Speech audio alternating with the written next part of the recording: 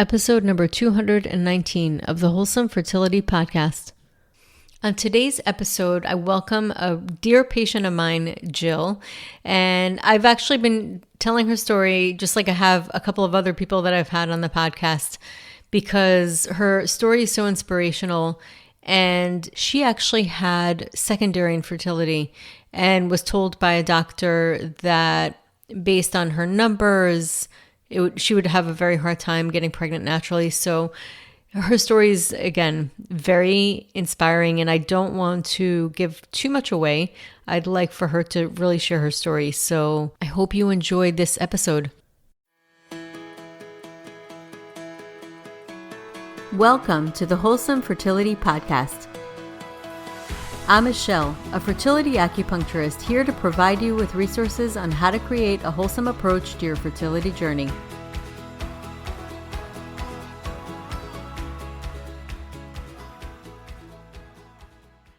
So happy to have you on today, Jill. Thank you. Happy to be here. So your story is one of the stories that I feel very connected to and I often share. So I'm really happy for you to come on and talk to us about your story. And just want to mention that it's been it's been so nice to work with you. You're really like somebody who's near and dear to my heart as one of my patients. Thank you. It means a lot to me. Same, likewise. Do you want to just go over your story? Sure. So actually I kind of experienced more secondary infertility. I had two older sons. I think I tried for my older for 6 months and my younger for about 4 months. And then when we went for our third baby, we had tried for, I want to say over a year or so, and it was just not happening. We were starting to get a little frustrated. So I think my husband ended up having like a semen analysis and it was kind of off, and that sort of triggered us to go to a fertility specialist. But I didn't really think anything had to do with me. And it turned out that he had diagnosed me with low ovarian reserve, or premature ovarian reserve, because at the time I was younger. I want to say maybe 33. I'm almost 37 now. And so at that time, it was he just basically said, like, we think we should do IVF. Let's move forward with this. And it was a little overwhelming. I think I was seeing you before I did the IVF, actually. My coworker she had her own kind of infertility story, and she referred me to Michelle. She was working with her and she was seeing a lot of success. So I said, it was worth a try. So we met. I remember our first consultation, and I was feeling very defeated at that time, just because, I really wanted to have another baby and I just didn't know that this was going to happen. And she was so positive and optimistic. And she was like, we can do this. We can, work together and try to get your, egg quality better, your cycles more regular, which is something that I've been dealing with for my entire life, very long, irregular cycles. And so we started that journey. I started on supplements. I started her series, and I made a lot of changes. We did do IVF, but it was pretty quickly right after. I don't think we had given it the full amount of time. And it was not successful. We got no embryos. And at that point I was really, really devastated. And he was like, let's do another cycle and let's move forward. And I'm like, whoa, no. Yeah. That's when we kind of we put the brakes on that. And I really moved forward with you, and just really, trying to increase my egg quality, and my reproductive health in general. And we ended up conceiving my daughter, naturally, without any IVF or any other fertility treatments. And I really owe that to you. I truly believe that. Well, you know what? I look back and I think about the first day. I remember it so clearly. The first day you came in, and I remember you telling me what the doctor said. And I don't remember the exact details, but it just did not make sense to me. Like none of it did. I was like, I'm sorry. And it's a fine line because I can't be too optimistic. You want to give hope, but you don't want to give false hope. So you have to be very careful on how you say what you're saying, but it's very hard for me to kind of hold it in. I was just like, there's nothing wrong with you. I knew it. I felt it. And it was also based on the fact that you had two kids. So like, I was like, there's nothing wrong. Like we're saying something's wrong and there's nothing wrong. I just, it didn't feel right to me.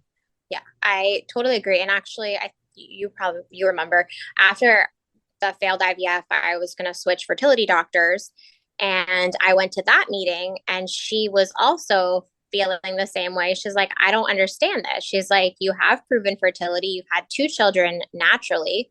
Mhm. Um, Maybe they happen right away, but you were able to conceive, and there has to be something else, that we can try to optimize. Mhm. And I ended up not even needing her because I was pregnant the next cycle before we could even start anything. Yeah, and just so people realize, like, it's not like this happened right away. You've been coming to me for a year, I, and I that's had, what I love. I always admired about you is that you just came in like commitment to just coming in every time, and you just did it. You just kept coming in, and it doesn't. It takes a lot of patience. It takes a it's lot a from process. people. It's a Yeah. process. And I think that was the other thing is that IVF just seemed like this quick fix. Like, we're going to get this, we can do this, it's done. And that's not really a truth. First of all, it takes about 3 months to even kind of show any kind of change in your egg quality Hmm. with supplements or, other kind of environmental changes. So I think Yeah. like you have to perspective that you're committing to something and you have to go in with the idea that it's not going to be right away, but you Right. will see changes. Not even that, it was just for me, it was you were just a huge support and kind of a person that I could lean to that kind of kept me going. And we would track my cycles and I would see changes. I honestly, and my cycles normalized. um I was, even my anxiety and stress, everything changed. Mhm. And so that was huge for me in general. Yeah, definitely, without a doubt. And that's the thing too, because a lot of times when people come in, they come to me, they're like, okay, I want the baby, like, give me the baby, and they don't say that, but like, that's really the goal when they come to me. And I'm like, I like to turn the goal back around and say, no, you are the goal. You are the goal. Your well-being's the goal. And ultimately that's really what it is. And I think it's very missed a lot of times. And then, secondary to that, everything else works out, but number one is you and how you feel. And so that's where it was just so easy to work with you, because as a practitioner, it's not, and I know, because you work in healthcare, it's not always easy when you don't have the cooperation and so that the consistency, and so you were so easy to work with because you were really compliant. And you like really took to heart everything, and you were doing everything, and you were doing like the work outside of what we were doing. And so this is a really important point I want to make just for the listeners, is that you really took it in. Yeah, and I think the thing for me too is when I was doing this, I wanted to know at the end of the day that I had done everything that I could and my control to try to help optimize the situation so that at the end of the day, regardless of what the outcome was, that I knew I had done everything I could. Mhm. And I think also it kind of helped put the control it back to me, whereas I feel like infertility, you feel like you don't have control of the situation and you Mhm. feel like you're at mercy or whatever. And so this was a way for me to sort of like help take control of the situation and do what I could, which Yes. I think. Definitely. And that's a thing too. I think when you first go and you get told, and it's interesting. I mean, I'm not going to name names, but the same doctor that told you this has told Yeah, quite a number of my patients similar things, or I've heard perimenopause. These are the same people that ended up conceiving naturally and having a full-term birth, healthy birth. And so it's important to note, because people can get pregnant. It doesn't necessarily mean a healthy birth, but thank God, they did. So this is one of the reasons why I wanted you to come and share your story, because it is really important for people to hear, because sometimes it just so happens that even though doctors may be really good at their job, like really good, and this particular doctor actually is really great at in certain conditions and certain surgeries that he does are very state of the art for removing polyps and fibroids. And so he does have he is great for a certain amount of things, but sometimes the same professionals can be wrong. healthcare is also a business, and it's if everything was cured, cancer is cured, then there would be no need for certain doctors. So I think at the end of the day, you have to remember too, it's a business, and um, you can't just take everything for face value. It's when someone says, just because they're a doctor or any kind of healthcare professional or anyone in any specialty, it doesn't mean that, what they say is right for you. Have to kind of be your own advocate.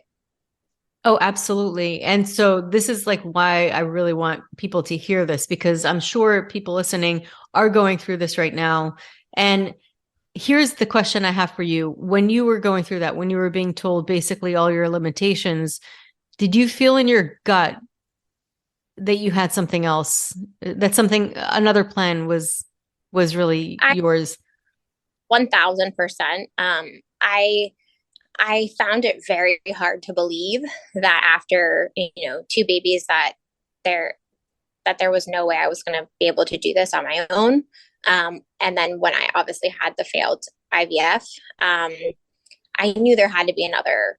I just had to stick with it. I knew I couldn't give up because I knew that I wanted one other child to complete my family, and I was going to do whatever it took to sort of make that happen. Yeah.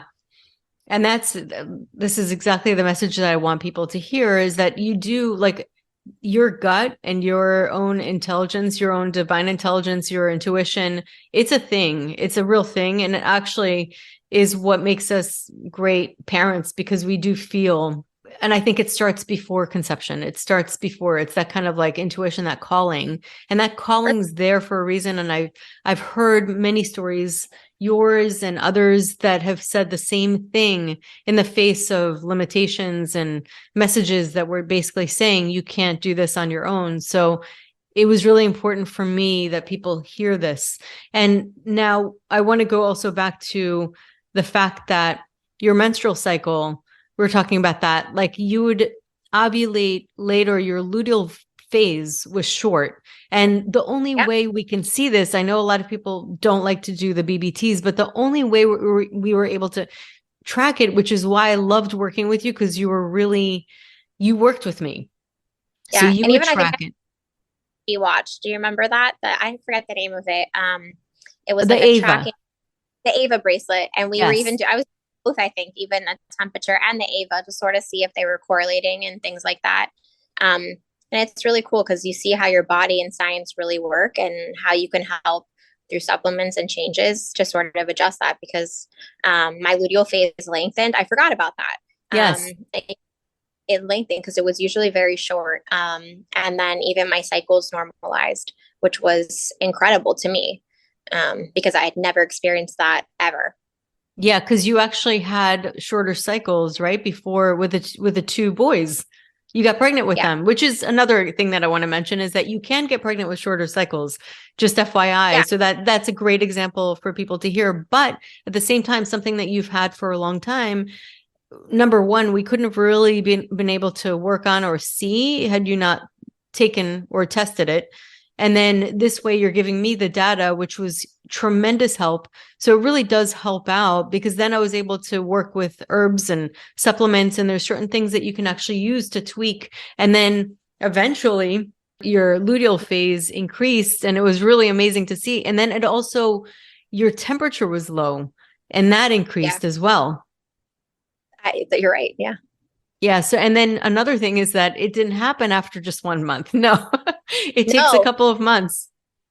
And I think from the very beginning, I was seeing you twice a week. And then we went to once a week. But I didn't give up. I just kept with it. And I think it's a huge commitment to make, but I think it's 1000% worth it. Yeah. And that's, again, it's hard because in the beginning, you don't see what you're working for.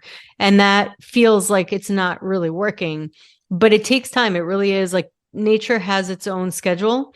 And again, I don't remember you ever complaining. Like, you just kind of one foot in front of the other the whole time. And you're like, I don't care. However long it takes, I'm here for it. And I remember, I mean, and literally, I've been seeing Jill, like I saw her for a year. And I even remember over COVID, we did a group meditation and you came on. And then this is the really special part for me. This is a story that I tell a lot of people. It's just a really special part for me. When you came in one time, I think maybe it was like one time or maybe twice after COVID. You Yeah. continued doing your thing, and then you came in, and I even remember the room you were in. And you told me that for some random reason you felt called to invite your child, Hmm. the soul of your child. I mean, it makes me want to cry. It really gives me goosebumps. So talk to us about that, because that was really special. Yeah, I remember you did the acupuncture and you left, and I remember laying there and I was talking to my daughter, um, even though she didn't exist yet. And I sort of told her, I'm ready for you. When you're ready to come, you're gonna come, and I'm not gonna give up on this. And I sense that this is gonna happen. I felt like it was gonna happen soon. And I just felt like it was right. And then the next thing you know, I was pregnant because it was very shortly after COVID. I don't even think full protocols I were think even it was off that yet. I think it was that It was exact like, month. You were yeah, probably ovulating around that time. It was like that's how it was like so crazy, because you've been coming to me for a year. You never once felt no, called to do that. never. I never did that. I usually, honestly, slept a lot of the times. I'd fall asleep or zone. Yeah, That time, I really just laid there and I really talked to my daughter and told her, I believe that you're going to exist, and then she was there, and it's it amazing. happened. It's incredible. And did you feel like it was a girl? Did you feel that Yeah, and I truly like. I didn't want to admit it to myself or to other people, but I always thought from the moment that I found out I was pregnant that she was a girl. Um, and obviously I had two boys, but I knew that she was a girl. And as soon as they told me she was a girl, I have it on video actually. I said, I knew it. I knew it was a girl. That's amazing. I mean, it really is amazing. So these stories, the stories that you get from this kind of work, that's probably like my biggest pay from doing this, because the stories, and it's not me, it's the stories and the stories of people's journeys, and part of it is really you believing in your story, you believing in your own journey despite what you've been told. That inspires me when I get to see that with my patients, and I get to see the determination. And I feel like you were the best partner to work with, because that's what I feel like. You need to partner up with your patients. Yeah. It has to be a partnership. To find somebody to, whether it's your doctor or anybody that you connect with and that you feel safe with, and that truly has your best interest. And that's one thing I can always say about you, Michelle, is that you always cared no matter what. And when I got my positive pregnancy test, I think you were probably as excited as I was. Um, I was jumping up and down. I mean, it was incredible, because you follow people's journey, and then you're like, oh my God. I, and you still comment on my kids' pictures, and like it's so sweet, because you truly were my biggest supporter. And a lot of times you can kind of get into this sort of, dark cloud of infertility, and you need that light to sort of keep you going. Yeah, without a doubt. And then you also did the hypnosis audios. They were awesome. I did those a lot. I even had my husband doing them actually too. Um, but they're great because they kind of help you sort of just kind of keep yourself calm and relaxed. And I think a lot of this process too is to sort of be relaxed. And it's hard to, but you sort of have to try to find that mindset, that quiet mindset. Yeah, definitely. And it's definitely, I find, a strategy is to get to a mindset that makes you feel well, that takes the edge off the journey, because and that's the thing. Sometimes people feel this pressure to feel relaxed, but if you look at it in the way of yourself being well, and to be able to get through this journey in a way that's not torturous, because it can be, then it starts to get a little easier. It's really a strategy and tools. It's all about that. For sure. Well, thank you, Jill, so much for sharing your story. I really felt like your story can help a lot of people. Number one is, to believe in yourself, the fact that you stuck it out and waited like a long time, really you were consistent and you really believed in your journey. That's huge. And I think it's really important and it gives a lot of hope for people to hear. I I hope do so. remember sometimes I would share a couple of stories or some stories on my Instagram, and you would say you actually liked them before it was like positive pregnancy tests Yeah, or things like that. And you said you would like them because it gave you hope. And so I say that definitely stories of like your story, it gives people hope to know that there's a possibility out there despite. I know, like, for example, even the FSH, your FSH was high, you still got pregnant. So there's that, people get so hung up on the numbers. 100%. The numbers aren't everything, and it's just numbers at the end of the day. And you can't just let that control and consume your life. Yeah. Absolutely. Absolutely. And it is just a number, and it's just what doctors have said is the tool for them to gauge. But that doesn't mean it's everything. It really doesn't. Yeah. Yeah. So thank you again, Jill, for coming on. I mean, your story is going to be forever in my heart, and I love watching your family grow, and it's just a beautiful, hopeful story. So thank you so much for coming here and being so vulnerable and sharing your story. Of course.